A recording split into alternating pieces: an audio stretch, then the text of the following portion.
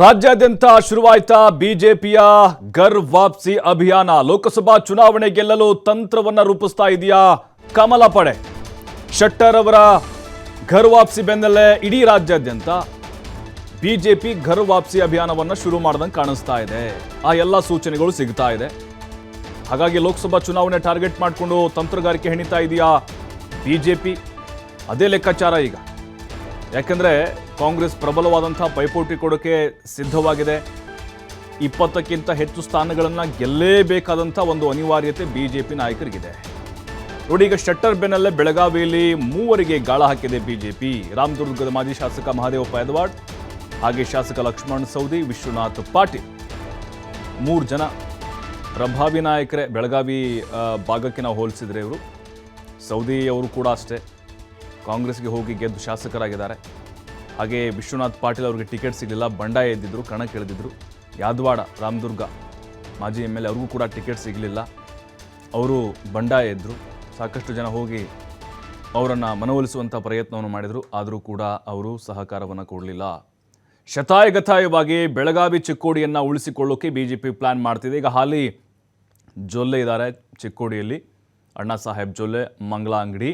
ಹಾಗಾಗಿ ಆ 2 ಸ್ಥಾನಗಳನ್ನು ಮತ್ತೆ ಬಿಜೆಪಿಗೆ ಉಳಿಸ್ಕೊಳ್ಬೇಕು ಅನ್ನುವಂಥ ಒಂದು ಪ್ಲ್ಯಾನ್ ಇದು. ಹಾಗಾದರೆ ಮರಳಿ ತಮ್ಮ ಮನೆಯನ್ನು ಸೇರ್ತಾರ ಲಿಂಗಾಯತ ಸಮುದಾಯದ ಪ್ರಬಲ ನಾಯಕರು? ವಿಧಾನಸಭೆ ಚುನಾವಣೆಯಲ್ಲಿ ಬಿಜೆಪಿ ವಿರುದ್ಧ ಬಂಡಾಯವನ್ನು ಸಾರಿದ್ರು ಈ 3 ನಾಯಕರು. ನೋಡಿ, ಶೆಟ್ಟರ್ ಹೋದರು, ನೆಕ್ಸ್ಟ್ ಸೌದಿ ಅನ್ನೋ ಚರ್ಚೆ ಆಗ್ತಿದೆ. ಸೌದಿ ಆದಮೇಲೆ ಯಾರು? ವಿಶ್ವನಾಥ್ ಪಾಟೀಲ್. ಬೈಲಹೊಂಗಲದಲ್ಲಿ ಟಿಕೆಟ್ ಸಿಗಲಿಲ್ಲ, ಬಂಡಾಯ ಎದ್ದಿದ್ರು. ಮಹದೇವಪ್ಪ ಯಾದವಾಡ್. ಅಂಥ ಶೆಟ್ಟರ್ ಅವರನ್ನೇ ಹೈಕಮಾಂಡ್ ಮನವೊಲಿಸಿದ್ದಾರೆ ಅಂತಂದರೆ ಇವರು ಬಹಳ ಈಸಿಯಾಗಿ ಸಿಗ್ತಾರೆ ಅನ್ನುವಂಥ ಲೆಕ್ಕಾಚಾರ.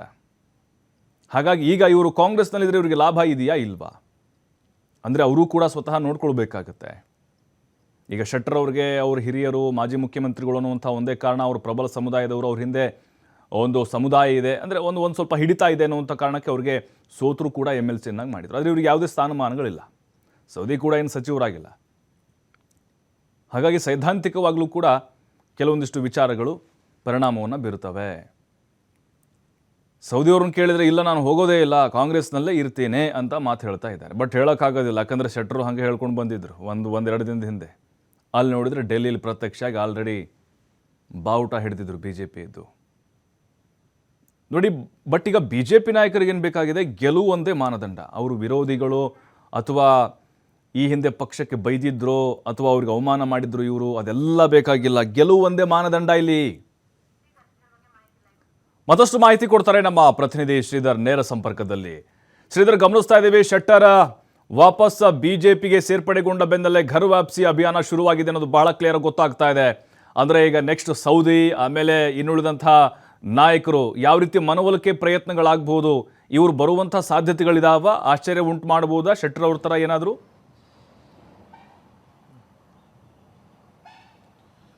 ಪ್ರಭು, ಖಂಡಿತವಾಗೂ ಈಗ BJP ಲೋಕಸಭೆ ಚುನಾವಣೆಗೆ ಒಂದು ಸಿದ್ಧತೆ ಆರಂಭಿಸಿದೆ. ಆ ಲೋಕಸಭೆಯ ಹಿನ್ನೆಲೆಯಲ್ಲೇ ಈಗ BJPಯಲ್ಲಿ ಘರ್ ವಾಪಸಿ ಅಭಿಯಾನ ನಡೀತಾ ಇದೆ. ಇದಕ್ಕಾಗಿ ಒಂದು BJPಯಲ್ಲಿ ಒಂದು ತಂಡವನ್ನು ಕೂಡ ರಚನೆ ಮಾಡಿರ್ತಕ್ಕಂಥದ್ದು. ಇದರಲ್ಲಿ ಘಟಾನುಘಟಿ ನಾಯಕರಿದ್ದಾರೆ. ಈ ಒಂದು ತಂಡದಲ್ಲಿ ಏನು ಜಿಲ್ಲೆಯ ನಾಯಕರಾಗಿರ್ಬೋದು ಮತ್ತು ಏನು ರಾಜ್ಯ ಮಟ್ಟ ನಾಯಕರು ಕೂಡ ಇದರಲ್ಲಿ ಇರ್ತಕ್ಕಂಥದ್ದು. ಈಗ ಬೆಳಗಾವಿ ಜಿಲ್ಲೆಯಲ್ಲಿ ಪ್ರಮುಖವಾಗಿ 3 ನಾಯಕರನ್ನು ವಾಪಸ್ BJPಗೆ ಕರೆತರುವಂಥ ಪ್ರಯತ್ನ ನಿರಂತರವಾಗಿ BJP ಪಾಳ್ಯದಲ್ಲಿ ನಡೀತಾ ಇದೆ ಅಂತ ಹೇಳ್ಬೋದು. ಜಗದೀಶ್ ಶೆಟ್ಟರ್ BJP ಸೇರ್ಪಡೆ ಬೆನ್ನಲ್ಲೇ ಈಗ ಲಕ್ಷ್ಮಣ್ ಸವದಿ ಆಗಿರ್ಬೋದು, ಏನು ಬೈಲಹೊಂಗಲ್ನ ಮಾಜಿ ಶಾಸಕ ಅಂತ ವಿಶ್ವನಾಥ್ ಪಾಟೀಲ್ ಆಗಿರ್ಬೋದು, ಮತ್ತು ರಾಮದುರ್ಗದ ಮಾಜಿ ಶಾಸಕ ಆದಂಥ ಮಹದೇವಪ್ಪ ಯಾದವಾಡ್ ಆಗಿರ್ಬೋದು. ಈ 3ರನ್ನು ಕೂಡ ಈಗ BJP ನಾಯಕರು ಸಂಪರ್ಕ ಮಾಡಿದ್ದಾರೆ. ಈ 3 ಜೊತೆ ಕೂಡ ಒಂದು ಸುತ್ತಿನ ಮಾತುಕತೆ ಕೂಡ ಆಗಿರ್ತಕ್ಕಂಥದ್ದು.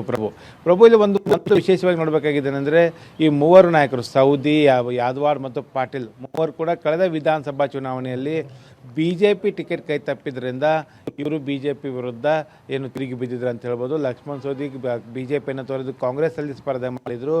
ಅದೇ ವಿಶ್ವನಾಥ್ ಪಾಟೀಲ್ BJP ತೊರೆದು ಪಕ್ಷೇತರ ಅಭ್ಯರ್ಥಿಯಾಗಿ ಸ್ಪರ್ಧೆ ಮಾಡಿದರು. ಅದೇ ಮಹದೇವಪ್ಪ ಯಾದವಾಡ್ BJPಯಿಂದ ಅಂತರವನ್ನು ಕೈಕೊಂಡು ಏನು ತಟಸ್ಥವಾಗಿ ಉಳಿದುಕೊಂಡಿದ್ರು. ಹೀಗಾಗಿ 3 ಕ್ಷೇತ್ರದಲ್ಲಿ ಏನು BJPಯ ಕ್ಷೇತ್ರವಾಗಿರ್ತಕ್ಕಂಥ ಅಥಣಿ ಆಗಿರ್ಬೋದು, ರಾಮದುರ್ಗ ಆಗಿರ್ಬೋದು ಮತ್ತು ಬೈಲಹೊಂಗಲ ಆಗಿರ್ಬೋದು, 3 ಕ್ಷೇತ್ರದಲ್ಲಿ ಕಾಂಗ್ರೆಸ್ ಗೆಲ್ಲೋದಕ್ಕೆ ಸುಲಭವಾಗಿತ್ತು. ಈಗ ಏನಂದರೆ ಲೋಕಸಭೆ ಚುನಾವಣೆ ಬರ್ತಾ ಇದೆ, ಲಿಂಗಾಯತ್ ಮತಗಳನ್ನು ಗಟ್ಟಿಗೊಳಿಸಬೇಕು. ಹಾಗಾಗಿ ಈಗಾಗಲೇ ಜಗದೀಶ್ ಶೆಟ್ಟರ್ ಬಿಜೆಪಿ ಸೇರ್ಪಡೆಗೊಂಡಿದ್ದರಿಂದ ಲಿಂಗಾಯತ್ ಸಮುದಾಯಕ್ಕೆ ಒಂದು ಸಂದೇಶವನ್ನು ರವಾನಿಸಲಾಗಿದೆ. ಬಿಜೆಪಿಯಲ್ಲಿ ಲಿಂಗಾಯತ್ ನಾಯಕರನ್ನ ಕಡೆಗಣಿಸ್ತಾ ಇಲ್ಲ. ಅವರಿಗೆ ಅವರ ಏನು ಮಹತ್ವ ಇದೆ ಆ ಮಹತ್ವವನ್ನು ನಾವು ಏನು ಅರಿತುಕೊಂಡಿದ್ದೇವೆ ಅನ್ನೋಂಥ ವಿಚಾರವನ್ನು ಒಂದು ಸಂದೇಶವನ್ನು ರವಾನಿಸುವಂಥ ಕೆಲಸ ಆಗ್ತಿದೆ. ಆ ನಿಟ್ಟಿನಲ್ಲಿ ಈಗ ಲಕ್ಷ್ಮಣ್ ಸವದಿ ಆಗಿರ್ಬೋದು ಮತ್ತು ವಿಶ್ವನಾಥ್ ಪಾಟೀಲ್ ಆಗಿರ್ಬೋದು ಮಾದೇವಪ್ಪ ಯಾದವಾಡ್. ಯಾಕಂದರೆ ಲಕ್ಷ್ಮಣ್ ಸವದಿ ಗಾಣಿಗ ಸಮುದಾಯವನ್ನು ಪ್ರತಿನಿಧಿಸ್ತಾರೆ, ವಿಶ್ವನಾಥ್ ಪಾಟೀಲ್ ಪಂಚಮಸಾಲಿ ಸಮುದಾಯವನ್ನು ಪ್ರತಿನಿಧಿಸ್ತಾರೆ ಮತ್ತು ಪ್ರಮುಖವಾಗಿ ಮಾದೇವಪ್ಪ ಯಾದವಾಡ್ ಆಗಿರ್ಬೋದು ಇವರು ಕೂಡ ಒಂದು ಶೆಟ್ಟರ್ ಸಮುದಾಯವನ್ನು ಪ್ರತಿನಿಧಿಸುವಂಥದ್ದು. ಹಾಗಾಗಿ ಜಗದೀಶ್ ಶೆಟ್ಟರ್ ಈಗಾಗಲೇ BJP ವಾಪಸ್ ಆಗಿರ್ತಕ್ಕಂಥ ಹಿನ್ನೆಲೆಯಲ್ಲಿ ವಿಶ್ವನಾಥ್ ಪಾಟೀಲ್ ಮತ್ತು ಮಾದೇವಪ್ಪ ಯಾದವಾಡ್ ಆಗಿರ್ಬೋದು ಮತ್ತು ಲಕ್ಷ್ಮಣ್ ಸವದಿ ಜೊತೆ ಕೂಡ ಅವರು ಕೂಡ ಮಾತನಾಡ್ತಾರೆ ಅನ್ನೋಂಥ ಮಾಹಿತಿಗಳು ಕೂಡ BJP ಪಾಳ್ಯದಲ್ಲ ಕೇಳಿ ಬರ್ತಾ ಇದೆ. ಯಾಕಂದರೆ ಲೋಕಸಭೆ ಚುನಾವಣೆ ಬಹಳ ಮಹತ್ವದಾಗಿದೆ. ಬೆಳಗಾವಿ ಮತ್ತು ಚಿಕ್ಕೋಡಿ ಎರಡೂ ಲೋಕಸಭೆನ ಉಳಿಸ್ಕೊಳ್ಬೇಕಾಗಿದೆ. ಸತತ 5 ಬಾರಿ ಬೆಳಗಾವಿ ಲೋಕಸಭೆಯಲ್ಲಿ BJP ಗೆದ್ಕೊಂಡು ಬಂದಿರತಕ್ಕಂಥದ್ದು. ಈಗ ನಡೆಯುವಂಥ 6ನೇ ಬಾರಿ ಕೂಡ ಮತ್ತೆ BJP ಅಭ್ಯರ್ಥಿ ಯಾರೇ ಆದರೂ ಅದು ಅಂಗಡಿ ಕುಟುಂಬದಿಂದ ಆಗಿರ್ಬೋದು ಅಥವಾ ಪಕ್ಷದಿಂದ ಬೇರೆ ಯಾವುದೇ ಹೊಸ ಮುಖಕ್ಕೆ ಕೂಡ ಟಿಕೆಟ್ ಕೊಟ್ಟರು ಇಲ್ಲಿ BJP ಗೆದ್ದು ಬರಬೇಕಾದ್ರೆ ಬೈಲಹೊಂಗಲ ಮತ್ತು ರಾಮದುರ್ಗ ಎರಡು ಮತಕ್ಷೇತ್ರಗಳು ಬಹಳ ನಿರ್ಣಾಯಕ ಆಗುತ್ತೆ. ಅಥಣಿಯಲ್ಲಿ ಚಿಕ್ಕೋಡಿ ಲೋಕಸಭೆಯಲ್ಲಿ BJP ಅಭ್ಯರ್ಥಿ ಅಣ್ಣಾ ಸಾಹೇಬ್ ಜೊಲ್ಲೆ ಆಗಿರ್ಬೋದು ಅಥವಾ ಮತ್ತೆ ಬೇರೆ ಟಿಕೆಟ್ ಕೂಡ ಅಲ್ಲಿ BJP ಗೆದ್ದು ಬರಬೇಕಾದ್ರೆ ಅಥಣಿ ಕಾಗವಾಡ ಮತಕ್ಷೇತ್ರ ಭಾಳ ನಿರ್ಣಾಯಕ ಆಗುತ್ತೆ. ಹೀಗಾಗಿ ಲಕ್ಷ್ಮಣ್ ಸವದಿಗೆ ಅಥಣಿ ಕಾಗವಾಡದಲ್ಲಿ ಒಂದು ತಮ್ಮದೇ ಆದಂಥ ಒಂದು ಹಿಡಿತವನ್ನು ಇರತಕ್ಕಂಥದ್ದು. ಹೀಗಾಗಿ ಲಕ್ಷ್ಮಣ್ ಸವದಿ ಆಗಿರ್ಬೋದು ಮತ್ತು ಮಾದೇವಪ್ಪ ಯಾದವಾಡ್ ಮತ್ತು ವಿಶ್ವನಾಥ್ ಪಾಟೀಲ್ ಕರೆತರೋದಕ್ಕೆ ಈಗಾಗಲೇ ಪ್ರಯತ್ನ ನಡೆದಿದೆ. ಒಂದು ಸುತ್ತಿನ ಮಾತುಕತೆ ಕೂಡ ನಡೆಸಿರ್ತಕ್ಕಂಥದ್ದು. ಈ ಒಂದು ಜಿಲ್ಲಾ ನಾಯಕರಾಗಿರ್ಬೋದು ರಾಜ್ಯ ನಾಯಕರು ತಮ್ಮದೇ ಆದಂಥ ನೋವು ಮತ್ತು ಪಕ್ಷದಲ್ಲಿ ಯಾವ ರೀತಿ ಕಡೆಗಣಿಸಲಾಯಿತು, ಅವ್ರ ಟಿಕೆಟ್ ತಪ್ಪೋದಕ್ಕೆ ಏನೆಲ್ಲ ಕಾರಣಗಳಾದವು, ಒಂದು ವೇಳೆ ವಾಪಸ್ BJPಗೆ ವಾಪಸ್ ಬಂದ ಬಳಿಕ ಮತ್ತೆ ಇದೇ ರೀತಿಯ ಸಮಸ್ಯೆಗಳು ಕ್ಷೇತ್ರದಲ್ಲಿ ಉಲ್ಬಣ ಆಗಬಹುದಾ ಅನ್ನೋಂಥ. ಯಾಕಂದರೆ ಬೈಲಹೊಂಗಲ ವಿಧಾನಸಭಾ ಮತಕ್ಷೇತ್ರಕ್ಕೆ ಬಂದಾಗ ನೋಡಿದಾಗ ಗೊತ್ತಾಗುತ್ತೆ ಪ್ರಭು ಇಲ್ಲಿ ವಿಶ್ವನಾಥ್ ಪಾಟೀಲ್ ಆಗಿರ್ಬೋದು, ಜಗದೀಶ್ ಮಟ್ಗೂಡ್ ಆಗಿರ್ಬೋದು ಇಬ್ಬರು ನಾಯಕರು ಕೂಡ.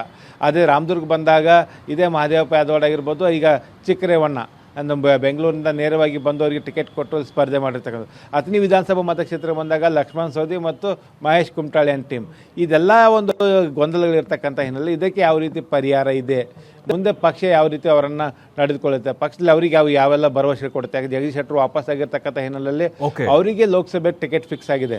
ಯಾಕಂದರೆ ಹಾವೇರಿಯಿಂದ ಸ್ಪರ್ಧೆ ಮಾಡ್ತಾರಾ ಅಥವಾ ಬೆಳಗಾವಿಯಿಂದ ಸ್ಪರ್ಧೆ ಮಾಡ್ತಾರೆ ಅನ್ನೋದು ಕೂಡ ಮುಂದಿನ ದಿನಗಳಲ್ಲಿ ಗೊತ್ತಾಗಬೇಕಾಗಿದೆ. ಆದರೆ ಈ ಒಂದು ಮೂವರು ನಾಯಕರು ಕೂಡ ಈಗ ಒಂದು ಸುತ್ತಿನ ಮಾತುಕತೆ ಆಗಿದೆ. ಇವರು ಕೂಡ BJP ಅಥವಾ ವಾಲ್ತಾರ ಸೌದಿ ನಡೆಯಷ್ಟು ಕುತೂಹಲವಾಗಿದೆ. ಈ ಇಬ್ಬರು ನಾಯಕರು ಕೂಡ ವಾಪಸ್ ಬರೋದು ಕೂಡ ಎಲ್ಲ ಮಾತುಕತೆಯಲ್ಲಿ ಕೂಡ ಒಂದು ಫಲಪ್ರದ ಆದಂತ ಕಾಣ್ತಾ ಇದೆ. ಆದರೆ 1-2 ವಾರಗಳಲ್ಲಿ ಇದರ ಬಗ್ಗೆ ಸ್ಪಷ್ಟವಾದಂಥ ಒಂದು ತೀರ್ಮಾನ ಕೂಡ ಈ ನಾಯಕರು ತೆಗೆದುಕೊಳ್ತಾರೆ.